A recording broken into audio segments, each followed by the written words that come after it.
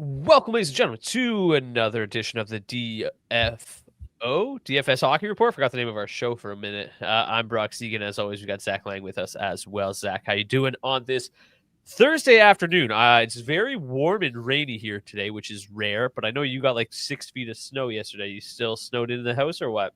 No, we're good at the condo here. We got about a foot of snow yesterday, but it's blue skies all here in Edmonton today. But more snow coming tomorrow, though. I don't mind it. I like hunkering down in the wintertime. Love the snow. Love this kind of weather. Love the DFS action we've got on hand tonight as well. 10-game slate should be a fun one. Let's not waste any time. We're already a little late coming live here at 4 p.m. Eastern. So let's dive in with tonight's starting goalies. A lot of goalies already confirmed, so should be a nice, easy night for us here. Knock on wood, of course. Jeremy Swayman gets the start for the Boston Bruins.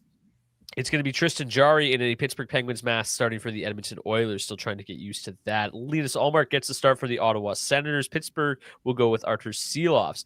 The Tampa Bay Lightning are expected to be to get Andrei Vasilevsky back. Also, Brandon Hagel will be a game-time decision for them.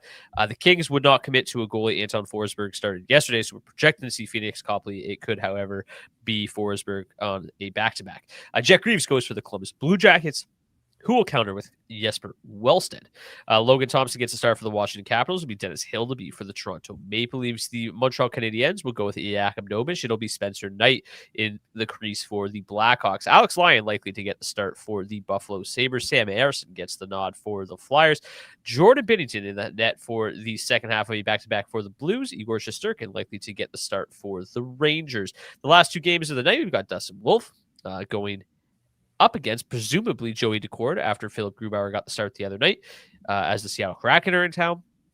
And then in the final game of the night, we've got Alex Nedeljkovic confirmed to get the start for the San Jose Sharks and Jake Ottinger between the pipes for the Dallas Stars. So there's your 20 starting goalies for tonight's 10-game slate. Zach, the game number one is the Edmonton Oilers in Boston, so I'm assuming you want this one. Oh, do I ever? We got the Edmonton Oilers continuing their 5-game road trip. Game number 4 of 5 here tonight, going up against the Boston Bruins. Oilers coming in as minus 127 favorites on the money line, 3.3 implied total for them, 3.0 for Boston. Edmonton's offense really picking up here. They're starting to climb these ranks pretty steadily and coming in with a great power play matchup here tonight. Color me surprised, but I'm going to have a lot of interest in the Edmonton Oilers on this slate here. If we take a look at the line stacks, Edmonton 1 coming in as the second best line to target overall on this slate tonight, projecting for just 6.5% ownership. They're like the 9th or 10th highest owned line on this slate tonight, and that feels a little bit low to me. Listen, these three guys have been put back together, Ryan Nugent-Hopkins, Connor McDavid, and Zach Hyman, and they are just as magical as they have been in the years past. Connor McDavid is on the absolute heater of all heaters right now. Something like 20 points in his last 7 games played. He is absolutely unstoppable. Having a healthy Zach Hyman back up there on that top line is really great to see. And Edmonton, too, chugging along pretty well as well, coming in as the 7th best line to target on this slate tonight. I'm going to have some ownership on this second line here as well. Vasily Podkolzin starting to find some offense. Matt Savoy starting to chip in a little bit more as well. Things are a bit rougher on this Bruins side of things. Big surprise there, but this top line doesn't look terrible. Coming in as the 31st best line to target on the night, Morgan Geekie, David Pastrnak, and Elias Lindholm. If we take a look at the matchups here on this game tonight, solid pace score here, 96.5. Really strong matchups across the board for the Edmonton Oilers, and pretty much average matchups for the Boston Bruins. No serious hard matching going on or anything like that. If we pull up the line stats, you can see that Boston continuing to just be on a shooting heater, man. Like these top 2 lines are just finding ways to score on a consistent basis here. So fascinating to see that. The rest of the metrics, not very pretty for that top 6 offensively. Not a lot of high danger chances, not a lot of quality looks, but they're finding ways to get it done, and that matters most. Defensive metrics poor across the board for the Boston Bruins. The Oilers coming in with a tremendous power play matchup here tonight. Number 1 ranked power play in the league right now. They're looking absolutely on fire once again with all of these guys healthy back in the lineup. And what's important to note too is the Boston Bruins are the most undisciplined team on the slate by like almost half a time shorthanded per game. If the Boston Bruins are going to continue the parades at the penalty box here tonight, the Edmonton Oilers are going to make them pay because they have been absolutely red hot on this power play as of late. I'm going to be well over the field here on the Edmonton Oilers tonight. I absolutely love this spot for them here, going up against the Boston Bruins. Again, this top line absolutely firing on all cylinders. McDavid, an absolute lock if you're playing any cash tonight. I think he's one of the best options on this slate here tonight. And again, I've got some interest in the second line, right? Obviously, Leon Draisaitl up there on that top power play unit, up to 1,003 points now in his career, hit the century mark on Tuesday against Pittsburgh. Poor Stuart Skinner. I feel bad for the guy. That was just absolutely brutal to watch. But I don't hate the idea of throwing a little bit of ownership the way of this top line for the Bruins either. I mean, for as good as the Oilers have been, there's still some defensive issues in their game here. They're still allowing a couple of goals against 2, 3, 4 at least a game. If there is offense to come from this Boston Bruins side of things, we know where it's coming from. It's Morgan Geekie. It's David Pastrnak. Geekie only drawing 1.4% ownership. That's quite low, even with Past up there around 11%. So for me, I've got more interest in the Geekie Pastrnak stack than I do like a Lindholm Pastrnak mini, which seems to be where the field is kind of going in small amounts here on this slate tonight. Brock, what do you kind of feel about this game here tonight? Yeah, I think obviously Edmonton looks like they're in a really good spot. I'm fine playing them. I really liked them the other night. They absolutely nuked against Stuart Skinner. It was something to watch the entire Oilers team celebrate 1,000 career points for Leon Draisaitl just literally right beside Stuart Skinner. Like, that must have been very awkward and a very strange moment for him overall. But yeah, Edmonton 1 looks fantastic. The power play on both sides is where most of my interest comes, and so that kind of just leads to Boston 1 for me. I think this is a good power play matchup for both of these teams, 7th and 1st overall in tonight's slate.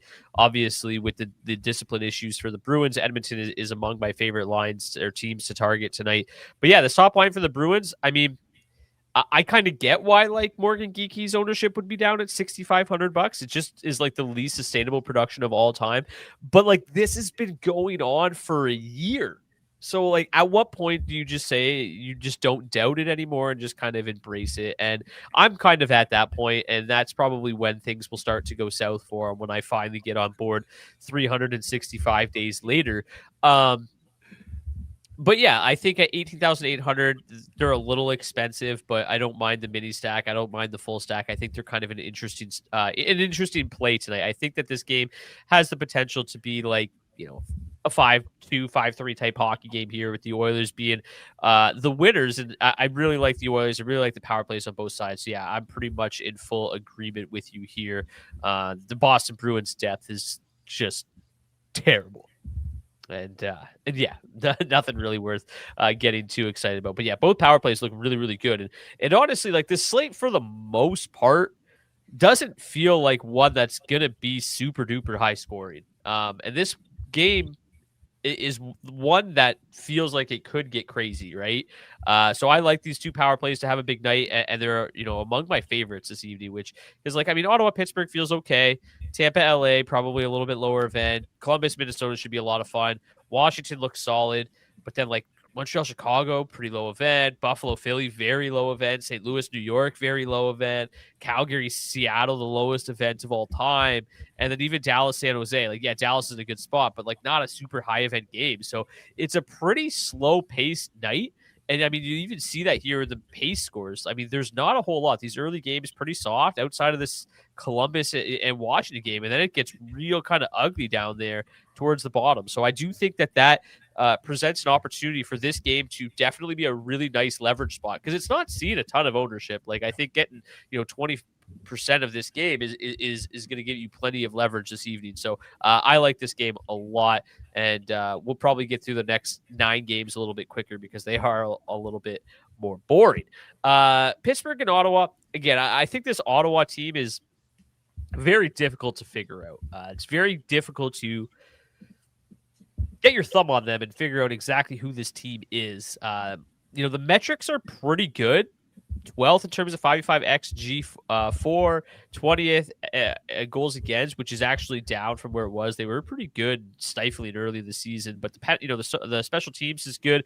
And then you've got the Penguins, good offensively, bad defensively. We saw that against the Oilers the other night. The power play continues to be absolutely electric. So with these two teams both being pretty good on the power play, both teams pretty good offensively, I think there's room here for this game to get high scoring, and the public seems to agree because there's a decent chunk of ownership flowing on this game in kind of a variety of ways. And I spoke about it the other day with the Edmonton Oilers game that Pittsburgh one's on a real heater right now.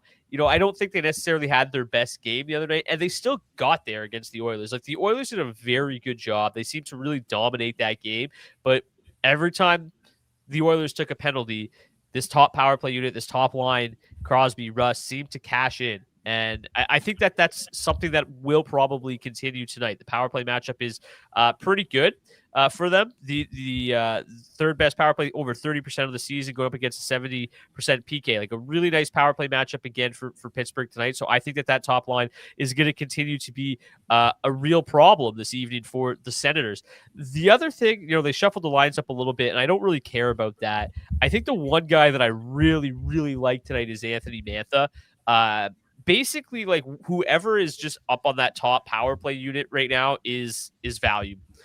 It was Ben Candell for a while, but with Malkin out right now, it's been Anthony Mantha, and he is really, really starting to figure things out here as of late. In December alone, so his last 8 games, he has 8 points, but then in his last 6 games, the shot volume and the ice time has just ballooned.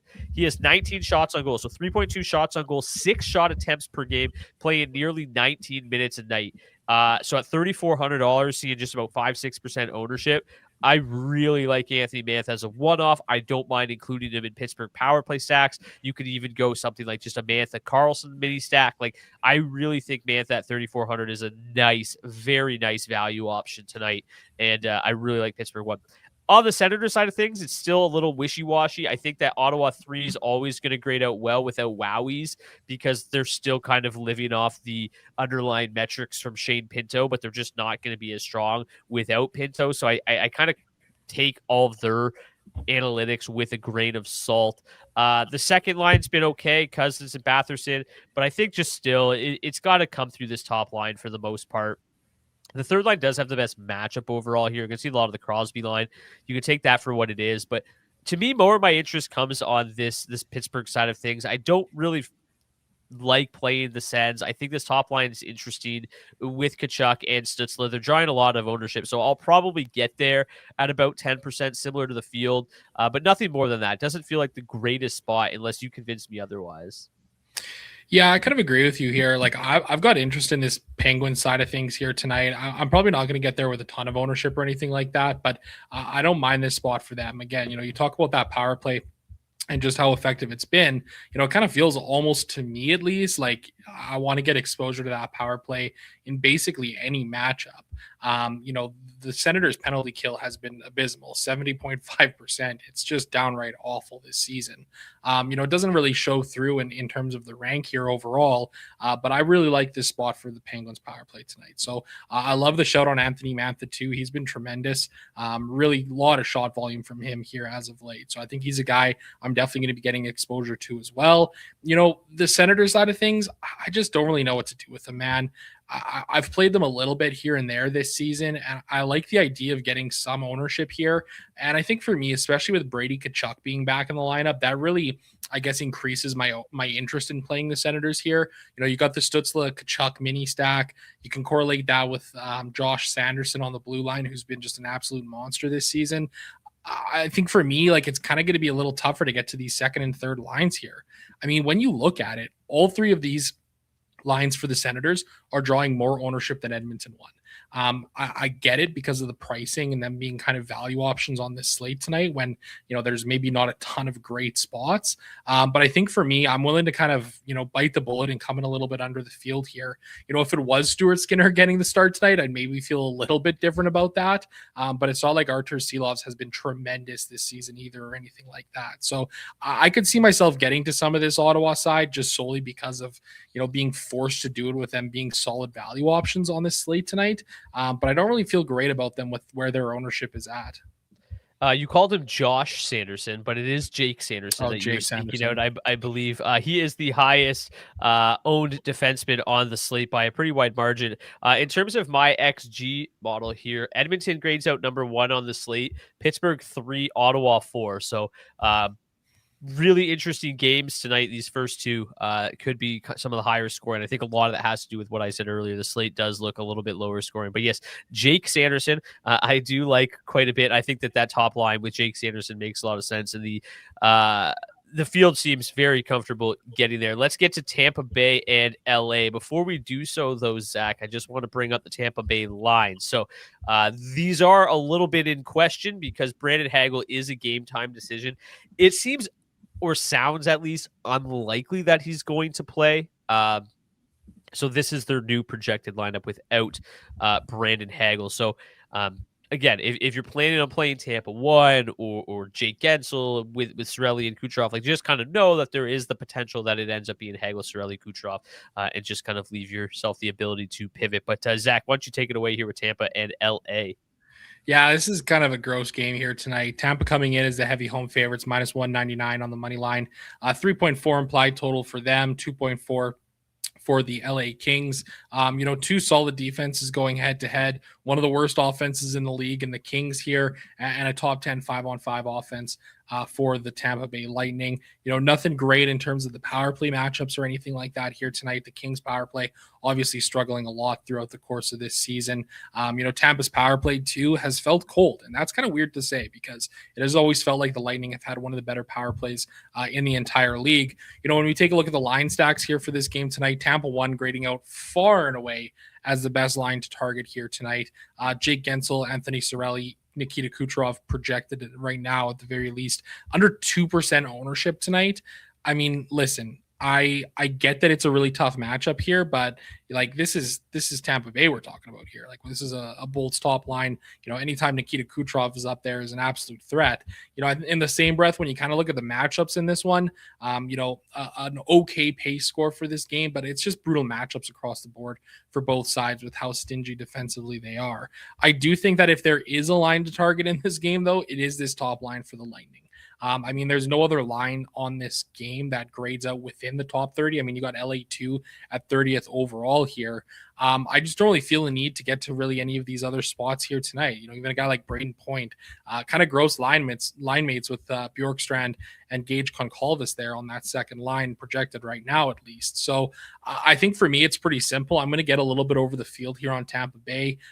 Feels like a little bit of good leverage to have on this slate tonight, especially when we look at the fact that, as we talked about, like it kind of looks like a bit of a gross slate here. So, despite the bad matchup, I'm willing to get there with some ownership on this top line for the Bolts in my 20 max. If I'm doing a single entry or a 3 max or a 5 max, I'm probably comfortable leaving them off of something like that tonight. But I think for these larger field GPPs, there's certainly a line that's in play here tonight. Where are you kind of coming in on this game? Feeling pretty similar to me? Yeah, not a lot of difference. I think I'm a little bit higher on Tampa 1 than you are. Again, when you take a look at this whole slate, it doesn't feel like there's a lot of tremendously high output spots. And this line can kind of take over. And, I felt pretty comfortable playing like Florida 1 yesterday or Florida 2.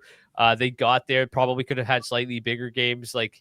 I think LA is a very good defensive team on home ice. I said it yesterday, 1.2 goals more per game on the road, just the game in general. And I think that's just because of their inability to match up. They're very good on home ice, very good at matching up with Danault, Kopitar, and Byfield, where they can't really control the matchups quite as much on the road. And I think that makes them a little bit more susceptible. And whether it's Hagel, whether it's Gensel, I think like the underlying metrics here for Cirelli, Kucherov, and whoever else it is have been so good this year that I think that this is a good enough spot for this line. And then I think the main thing here is that Phoenix Copley has really not played well, right? Like, I mean, he's a sub 900 save percentage in his career at the NHL level, but then at the AHL level this year, he has an 885 save percentage. So this is not a guy that really worries me too much. Tom says if Hagel's out, I would be surprised if it's not Gensel, Point, Kucherov. Yeah, like honestly, it really doesn't matter who it is. Like to me, it could be any one of those combinations, and I'm going to have interest in this top line. And who basically Kucherov plus whoever his two line mates are, I'm in tonight. I think it's a good spot. Whether if it's Braden Point, all the better. $1,000 more, I'm not that concerned. I think that this is a really good low owned spot tonight, especially if Copley ends up getting the nod. No interest in LA for me. Any final thoughts, or are you ready to get to Columbus and Minnesota? Yeah, I totally agree with you. I mean, I think the Copley nod is a really good one. I mean, even when you look at the Kings AHL team, the Ontario Reign, they're having a good season this year. Like they're 16-8-1. They're second in the Pacific Division in the American League right now. So the fact that Copley's putting up as poor numbers in front of a solid team is certainly concerning. I hope he gets the start because I think this could be a tremendous leverage spot to have here on this slate tonight. I do feel like the ownership's got to be a little off. Like I feel like if Copley gets to start, Tampa 1's got to be a little bit higher on that, but maybe I'm wrong. We shall see. Let's get to Columbus and Minnesota. Really fun game tonight. Minnesota grades out as the number one line to target overall, as they did the other night. They had an okay night.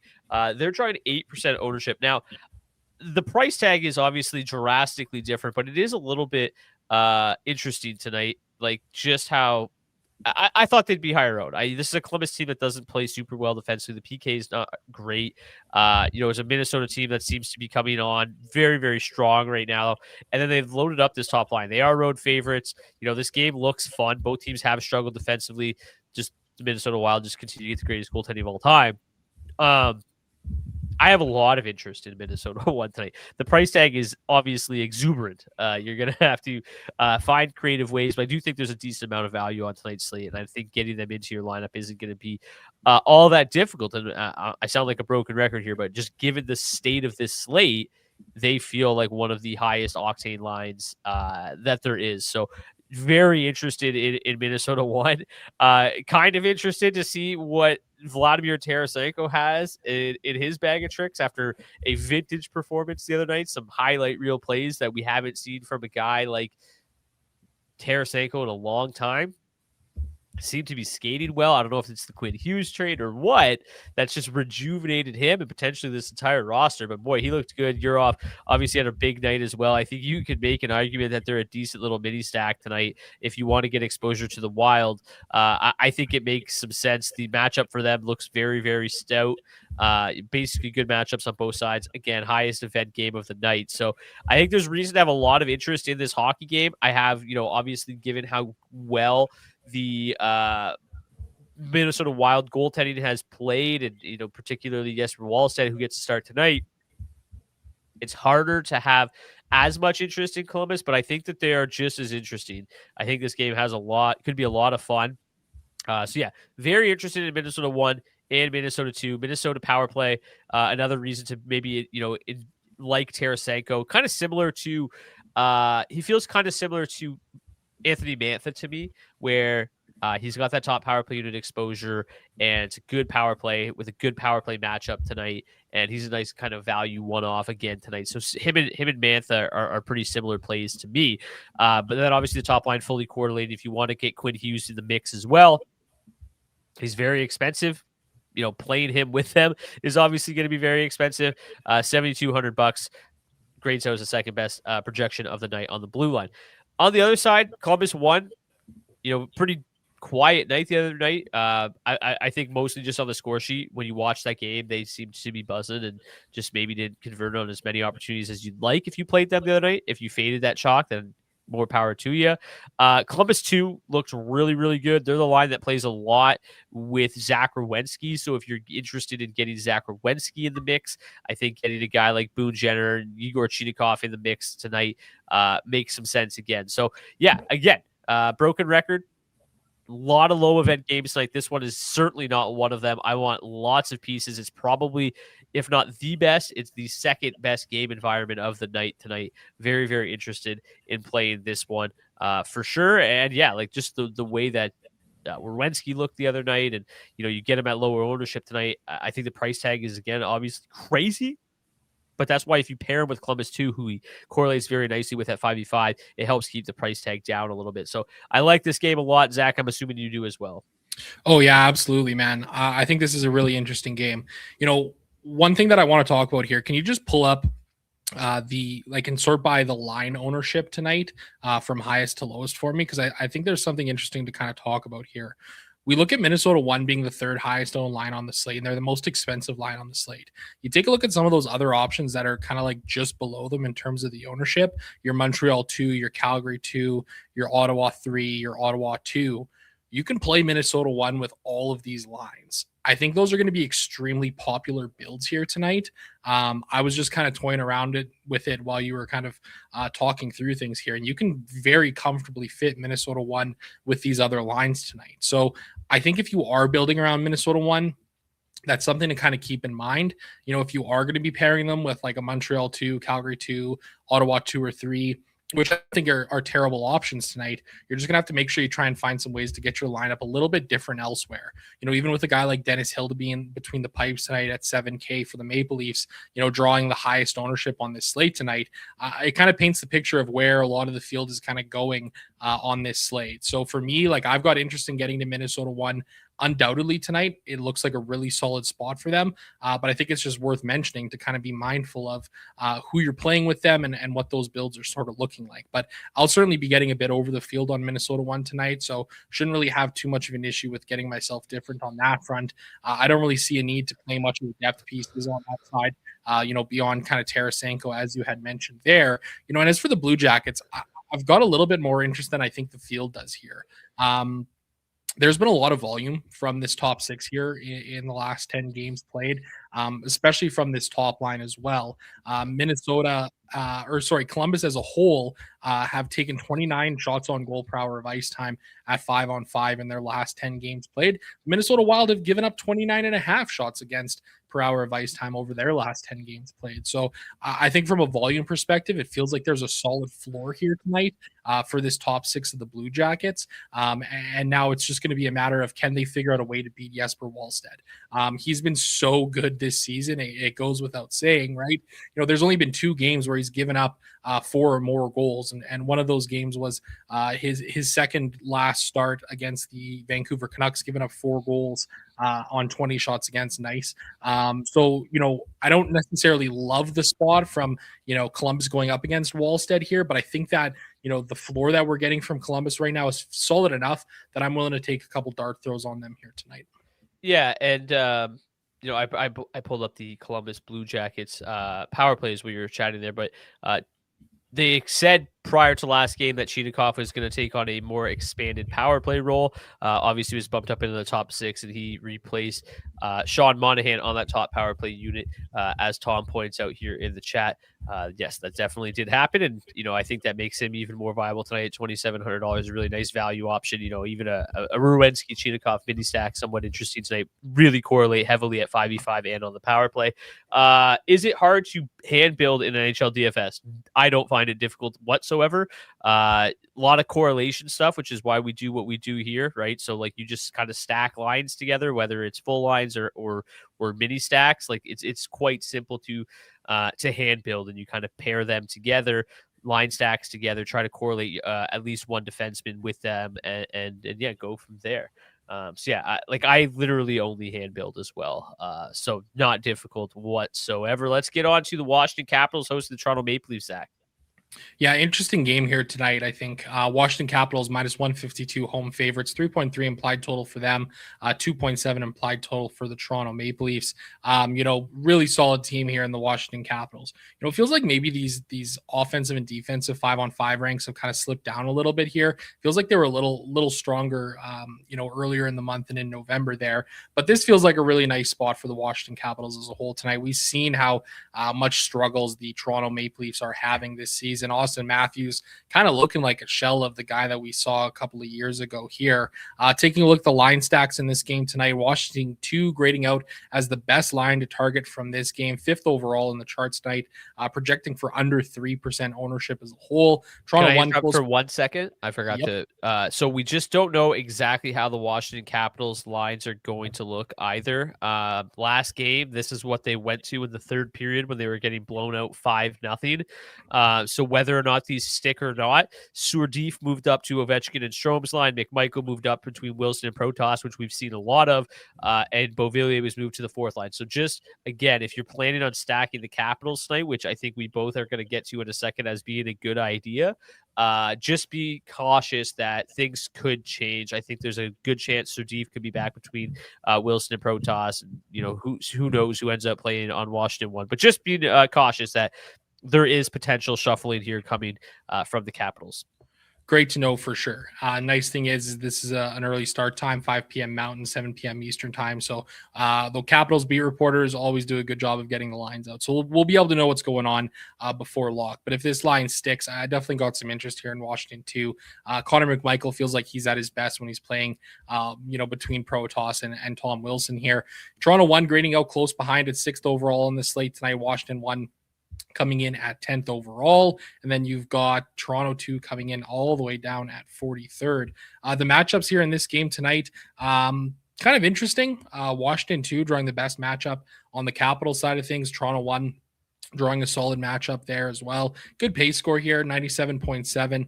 And, when you look at the line stats, it's pretty much exactly what you expect, right? This top 9 here for the Capitals, absolutely rolling offensively as of late. I think, it's easy to kind of consolidate the ownership within that top 6, especially with just how little that third line is playing. I mean, that Washington 4 is pretty much the third line just based off of the usage that they're projected to get here tonight. So, I think for me, I've got some interest in this game. I think I've got a little bit more interest on this Capital side of things and getting a little bit over the field here. Again, I mentioned it just before here. Dennis Hildeby drawing, the highest ownership on this slate tonight, second highest ownership at over 11%. I think getting a little bit over the field here on the Washington Capitals isn't a terrible route to go whatsoever. Again, we've seen the struggles that the Maple Leafs have had this season. Dennis Hildeby evidently on a tremendous run tonight. I'm probably going to be meeting the field on his ownership at around 10 or 15% tonight. But I also don't hate the idea of getting a little bit over the field here on this Capitals top 6 as well. So interested to see how these lines shape up in warmups, and we can kind of go from there. The Toronto Maple Leafs side of things, it's pretty consolidated, right? It's pretty much top line or bust here. I think there's nights where you can get to, a Tavares, Easton Cowan mini stack. It doesn't really feel like tonight is that kind of a night. I mean, look, this top line for the Leafs is projecting for 1.5% ownership. I'm kind of in agreement on the field. I don't really have a lot of interest in playing them here whatsoever. Again, it's been a struggle for Austin Matthews. Granted, it feels like he's had a little bit of a better floor here as of late. And thanks to that shot and block volume that he always has. And it's worth mentioning too, 10 goals and 27 points in 20 games played. I'll probably throw 5% at Toronto 1 here tonight and see if they can figure out a way to get it done. Again, this has a line that feels like it should have a high ceiling on pretty much any given night. And when we look at, the lack of great options jumping out at us across the board, I don't hate the idea of getting a little bit of Toronto 1 here tonight, but more interest on this Capital side of things tonight, getting over the field on them and probably meeting the field or being a little over on Hildeby as well. Yeah. The Capitals do have a bug going around as well. The beat reporters mentioned the potential for an 11 forward, 7 defenseman look tonight. They've got a lot of question marks, so that'd be the only thing that would take me off the Capitals tonight, because I'm very interested. I think like this is a perfect kind of image for where the Maple Leafs are right now. Like, when was the last time a goalie facing the Toronto Maple Leafs was the most expensive goalie on DraftKings? And when was the last time a Maple Leafs goalie was the cheapest goalie on draft? Like, it just doesn't happen. They haven't been this bad in forever. And it's just a perfect image of just how bad this team is playing right now. And we talked about it the other day. Like, yeah, Matthews, Nylander, nice. Should have high upside. They played the Chicago Blackhawks. The team was lifeless. You had Craig Berube screaming that they had one shot like 11 minutes into the hockey game. They somehow even won the game. And only because Spencer Knight shit his pants on the ice live. So I can't play this team right now. Like, I don't care. If they destroy me tonight, I simply do not give a shit. Because until they show they can do anything against anybody, I'm out. This team is not playing good. And if they can't get it done against the Chicago Blackhawks, I don't care who's sick from the Washington Capitals. With Logan Thompson between the pipes, I don't think they're going to get it done on this spot either. So, yeah, I hope Matthews and Nylander and company get it going offensively again soon. I think the other thing, too, is it'd be a different story if, like, the price reflected how they're playing, but it doesn't at all. Matthews is still $9,000. He's cheaper than there was somebody that was like $8,800. Kucherov. He's cheaper than Kucherov, which makes no sense. Is he the only cheaper than McDavid? Like, that's, I don't know. He's cheaper than Kaprizov. Like, it just doesn't make any sense to me the way that things are going. So yeah, maybe I'm overreacting. I'm not even a Leafs fan. I feel like this is like a Steve Dangle moment here for me right now, just screaming about the Maple Leafs. But I really like Washington. I've been playing the Protoss Wilson line with Sourdif, with McMichael, with whoever. If McMichael's on that top line with Ovechkin and Strome, I really like that line. If McMichael's in the middle, I really like that line. Like, I'm all over this top six. I think that Hildeby's been great. 7K, I don't think he's the worst play ever, but if he's going to be the chalkiest goalie on the slate, I like some leverage on Washington, who are coming in super low owned. Montreal and Chicago, I mean, what do you say here? Montreal's super chalky tonight, which obviously, like, they probably should be because Chicago can't defend. But their offense sucks. So I don't really know what to do with Montreal. I never do. I'm hoping you have some ideas. I think they're okay. I don't think they're fun chalk, though, to be honest with you. I feel much better about some of the lower owned plays we've talked about, like Caulfield at 7,100, Suzuki at 6,600. I think the price tag is nice. Bolduc, obviously, he's been a little bit quieter as of late, 3,400. Full sticking them at 17,100 in this matchup makes sense. The second line, I don't care. I'm not playing Slavkovsky if he's not on that top line. Kapanen, Demidov, don't care. So yeah, I'll play some Montreal one. That's about it. I'm not playing Chicago without Bedard. Simply, again, don't care. Like, there's not enough offense to go around without Bedard. So yeah, either Montreal is gonna do what the Maple Leafs did the other night and just not come through in the spot, which I quite frankly would enjoy, because I'll probably be under the field on Montreal. But yeah, this top line I think is the only one that makes any sense in this game at all. There's a decent power play matchup here, but it's really not. Like, Chicago's like I find it so fascinating when teams are just horrific defensively, but then have a good penalty kill. Like, I guess you just get to consolidate your good defensive players out there on the ice instead of just throwing out Tyler Bertuzzi. But yeah, I guess if you can have Jason Dickinson on the ice for full 2 minutes of a PK, it makes you slightly better defensively. So it is always just humorous to see a team that is horrific defensively also be like, yeah, but we're pretty good on the penalty kill. So yeah, this game sucks. I don't know. You got any feelings? I think I'm going to meet the field on Montreal here. I don't feel great about playing them, but I think the price is right here for this top six.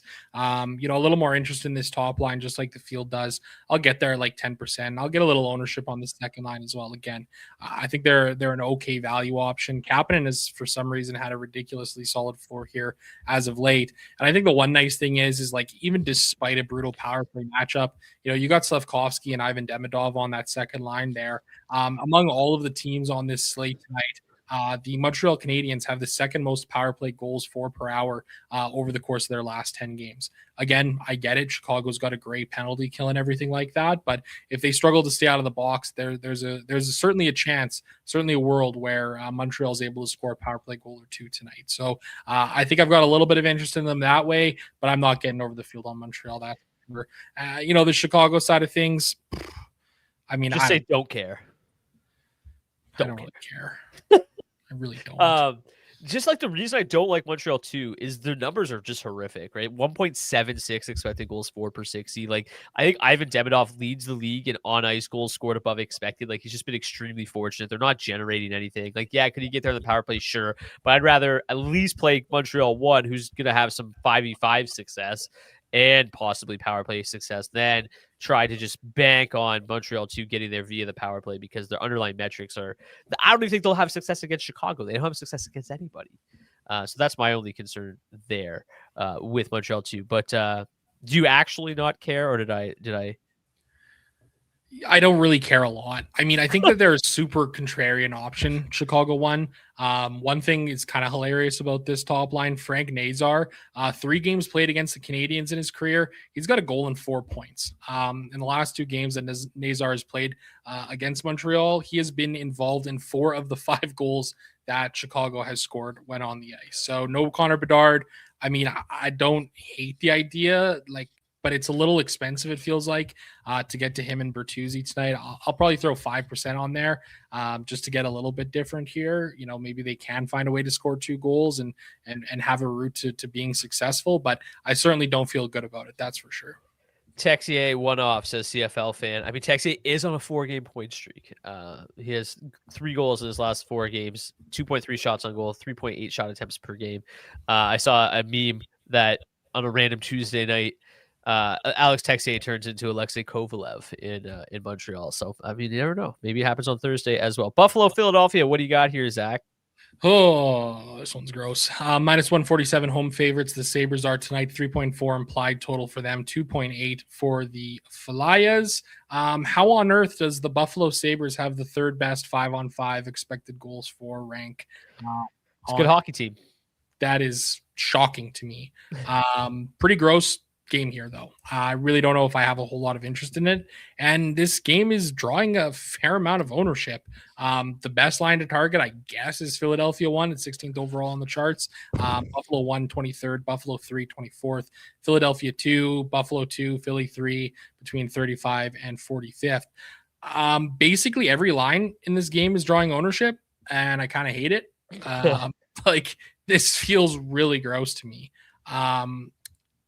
I just don't really know where to go, man. Like, the matchups are bad across the board. It's got the 2nd lowest pace score of the entire night. These offenses are just, I don't know what to say about them, man. Like, it feels hard to trust the Buffalo Sabres to score. It feels tough to pinpoint who on the Flyers is going to score. I think I've got some interest in some mini stacks in this game. Tage Thompson, Josh Doan, I can get there a little bit. Josh Norris, Alex Tuck, that's okay. Probably fine without playing Buffalo 3. On this Philly side of things, like Philly 1, they grade out the best in the game at 16th overall. I suppose I can throw 5% ownership there. Zegras, Dvorak, and Travis Konechny have been really good here as of late. And Zegras, 3 goals and 7 points in 6 games played against the Sabres in his career. Travis Konechny, 10 goals, 26 points in 29 games played too. So I think I'm okay throwing a little bit of ownership at this game, but I'm really not going to get there with a whole lot of it. Maybe a couple of mini stacks, maybe a couple of little one-offs here and there. But yeah, it just feels like a really gross game to me tonight.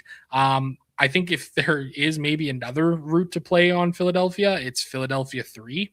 Matvei Michkov, 4 games played against the Sabres, 4 goals and 9 points. Noah Cates, 5 goals, 12 points in 12 games played. And Bobby Brink, 3 goals and 9 points in 9 games played. You want a contrarian line tonight? Philadelphia 3 might be the most contrarian that there is out there. 2 of those guys, Cates and Brink, are on the top power play unit. Not that they have a good power play matchup. Not that they have a good power play or power play matchup whatsoever. But I suppose that is a thing that is happening. So, kind of gross, even with them playing 44% of the power play ice time. Yeah. You spent more time on this game than I anticipated you were going to. I don't really have a lot of interest in the Philadelphia Flyers side of things. The only reason I like the Sabres tonight is because Sam Ersson is not good. He has let's take a look here. Since the start of November, he has an 866 save percentage. So that's bad. So yeah, I like Buffalo a decent chunk tonight. Like this power play unit's in a decent spot. And yeah, it's mostly mini stacks for me. I like Thompson and Zone. I think they're both very good. I think that my favorite target of this game is Norris and Alex Tuck. Norris has looked fantastic since coming back to the lineup, and Tuck is just $4,800 for some reason. So that is a very affordable, high upside mini stack that I can get behind. Outside of that, this game looks pretty bad. Don't these guys score like 10 plus goals every time they play each other? This is actually true. I actually have the numbers here in front of me somewhere. 5-2, 7-4, 5-4, and 5-2 the last four times these two have met. So there is a world in which there's another high scoring game between these two teams. But I'm hoping it's primarily from the Buffalo Sabres because Sam Ersson is bad. St. Louis and New York. Now, this is just a doozy. I expect a very similar game to what we saw from St. Louis last night. A whole lot of nothing. They won 1-0. I told you yesterday I didn't mind Joel Hover. He's been playing great. Outside of that, there is not a lot to like about this game. The Rangers have decent matchups. The Blues, I'm just not playing them. The Rangers are on the road, so that's a bonus. So yeah, I guess maybe you could get to a little bit of Buffalo when they have the worst power play matchup on the night. New York power play. I just don't think I'm paying up for New York tonight. You've also got Panarin. He's sick. He's a game time decision. I don't think I'm going to play this game at all. Maybe like Gavrikov or the goalies. How about you? Yeah, I think I'm fine with playing some of the defensemen on the Rangers. Gavrikov, Schneider, they've both been fairly solid here as of late. Should play an absolute shitload tonight. Beyond that, I really don't have interest. Maybe throw 5% at Zibanejad, Panarin. They've been pretty solid here as of late. Good floors, good ceilings from them. But beyond that, I don't think I'm touching this game at all. I just noticed Alex Tuck's got the second highest projection value of the night. So that see, I'm onto something here. Let's get to another barn burner. No pun intended here from our friends at Flames Nation, but the Flames host the Seattle Kraken, who will be without Brandon Montour. The Seattle Kraken, a couple things actually from this game. Seattle Kraken will be without Brandon Montour, which I just said, but then the Calgary Flames, they shuffled their power play units around tonight. You got Sharon Govich on that top unit, and so he now correlates with Kadri, which is kind of nice if you want to play Calgary 1. Rasmus Anderson continues to have 9 shot attempts per game. So for me, I'm just going to get ahead of it here before you even break this one down. I got a little bit of interest in Calgary 1. Those underlying metrics continue to be solid. The power play unit seems okay against the worst PK in the entire NHL. So Kadri, Sharangovich, Anderson seems interesting to me. But outside of that, break it down. I think you kind of just did for me, man. Flames home favorites here, minus 164 on the money line, 3.3 implied total for them, 2.6. For the Seattle Kraken. I don't know, man. This is just what a fun slate. Are we just having fun here on the DFS? We're supposed to be up tempo and happy. Hey, I was. We got all the tempo out with the Edmonton Oilers in the first game of the night, right? This is true. This game feels gross. In saying that, I think I'll get some ownership on this Flame side of things. You know, looking at the line stacks here tonight, Calgary 2 grading was the best line to target in this game, 18th overall. Seattle 2, 21st. The other lines there within there, you can see them. Calgary 1, 22nd. Calgary 3, 27th. The matchups in this game here tonight are middling. They're okay. They're not great. I don't feel very good about playing this game. I don't really want to play this game, but I'm probably going to play a little bit of the Calgary Flames. I think the top 6 is okay. Again, the second line for the Flames, drawing a pretty good amount of ownership. Talk about Nazem Kadri, 7 goals and 17 points in 14 games played against the Seattle Kraken in his career. No, I will not be playing anybody from the Seattle Kraken. They have Freddie Gaudreau on the top line, for God's sake.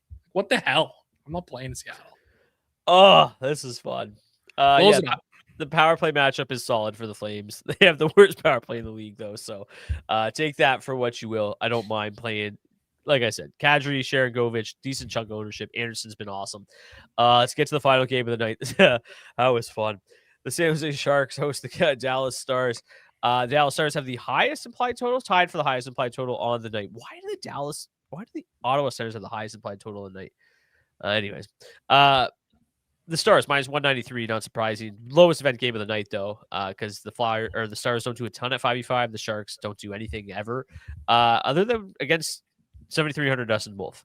Then they're a lock. Again, okay, 5v5 metrics here for Dallas one. They really don't do a lot at 5v5, either to the Sharks. So pretty low event game here. I think, again, the power play matchup for the Stars is just absolutely brilliant. That's the way that you target the Dallas Stars, is you play their power play. It has worked very nicely. They've cooled off a touch as of late. But this team is so bad at 5v5 that, like, even when they're playing the San Jose Sharks, they're going out 9th and 17th. So really heavily fueled by their power play. So yeah, the mini sacks. You got Johnson and Rantanen. They are not expensive. They are very affordable. Robertson and Hintz, very affordable. What is Heiskanen's price tag tonight? I'm assuming very affordable. So he is $6,200. Yeah, very affordable. So yeah, like I think that Dallas is not seeing nearly enough ownership tonight with Alex Nedeljkovic between the pipes. I think that this is a very nice power play matchup. The problem is you kind of got to get there on the power play. But again, even though they don't do a ton at 5v5, the Sharks are not very good defensively. In terms of the weighted team rankings, they're 30th in 5v5 defense. So even the 23rd ranked 5v5 offense could probably get there tonight. So yeah, I really like Dallas. I don't think that there should be any secret behind that. They're very good on the power play. The Sharks very bad on the PK. What are they at right now? I guess they're not very bad on the PK. 78.6 isn't terrible, but they give up a lot of chances, take a lot of penalties as well. So yeah, give me the Stars power play tonight. I'm not going to play the Sharks. I never do. Celebrini will probably have 4 points still somehow because he is the best player in the world, even though he has the worst underlying metrics in the NHL. Thoughts? Concerns? You summed it up pretty well. I mean, I got interest in the Dallas Stars. Their ownership also feels too low here tonight. Yeah. I'm actually kind of really surprised by how low this ownership is. Again, it's gross at 5-on-5, but this power play is so good. I feel better about playing the Johnston Rantanen mini stack than I do the Hintz Robertson. Hintz's floor has kind of just dropped out from underneath him here, and he's not been super productive in generating points here either as of late. That being said, Jason Robertson, an absolute volume hound here, so continuing to be rock solid that way. But I'm going to be over the field on the Dallas Stars for sure tonight. That pretty much is going to cover it on this game for me. Maybe a little bit of Celebrini, just so good for whatever reason. It's just unbelievable. Beyond that, don't really have any interest in this game. Yeah, both those two Dallas Stars lines basically have like a 2.7, 2.8 xG4. So not like terrible, but they don't generate a ton. They just kind of sit back and dominate on the power play. Let's get to the defensemen and the goalies. Cheap defensemen tonight. Matthias Ekholm grades out really nicely at 4,000. Alex Carey comes up a little bit to 3K. Looks good again. John Klingberg, he is shooting 83.3% in his last, I think, 6 games. So there's that. Matthias Samuelsson still grades out well. Artem Lashunov's back in the lineup tonight. Rasmus Sandin's just $2,600. I saw somebody say that Ryan there he is. Ryan McDonough's $2,500 tonight. I like Matt Roy still at $3,100. I like the Columbus defenseman. Provorov looks really good again, $3,800. Especially if you're playing Columbus 1. Denton Mateychuk if you're playing Columbus 2 and you can't afford Werenski. Anybody else that really stands out to you that I forgot? And why is it Rasmus Ristolainen? Not Rasmus tonight. Doesn't really feel like there's a ton of like great value options for blue liners on this slate tonight. Matthias Ekholm at 4K, I think he's okay. Alexander Carrier at 3K, like I think he's okay sometimes. I just don't know if he's going to see enough shot volume to kind of get those blocks that you really need from him. Luis Crevier maybe at $2,600 is okay. The cheap defensemen don't feel great to me. So I think it's a little bit of a pay-up night on the blue line. Some of these higher-priced guys, Sanderson, Hughes, look really solid. Rasmus Anderson, as you mentioned, like him a lot here tonight as well. Yeah, just I mentioned it the other day too with Mike Matheson out, Hudson and Dobson expected to play just massive minutes. I think Dobson was around 25 minutes. Hudson was around 27 minutes in that game. So if you're playing Montreal, which a lot of people are tonight, getting to them, those two make sense for sure. So don't mind paying up for $5,100 Dobson or $5,400 Hudson. Pretty affordable price tags there. Between the pipes tonight, we've got Andrei Vasilevsky, graded as the number one goalie to target tonight in terms of raw projection, followed by Jakub Dobeš, Dustin Wolf, Logan Thompson, Jake Odger, Linus Ullmark. Okay. I like Vasilevsky a lot. I don't think he's going to give up a lot. He's not going to face a lot of volume, though. But I'd rather... No, I like him a lot. I like Thompson too, but they're just both very expensive. But I like Thompson at 8,400. I don't mind paying up for him. I don't mind paying up for Dobeš either. Even though Seattle sucks, Dustin Wolf is kind of dead to me right now after what he did the other night. So no, thank you. Jesper Wallsted's interesting. Highest on goalie of the slate, I think, is a little bit wild. I do think Columbus can kind of get there, but at least he should see some volume. Jack Reeves is certainly scary. Jeremy Swayman's certainly scary. I don't mind Tristan Jarry. He's looked pretty decent for the Oilers so far. I think that's a winnable game there. Obviously in Boston. But boy, the paydown options tonight just don't feel very good at all. Although Arthur Seeloff's does feel a little chalk busty tonight.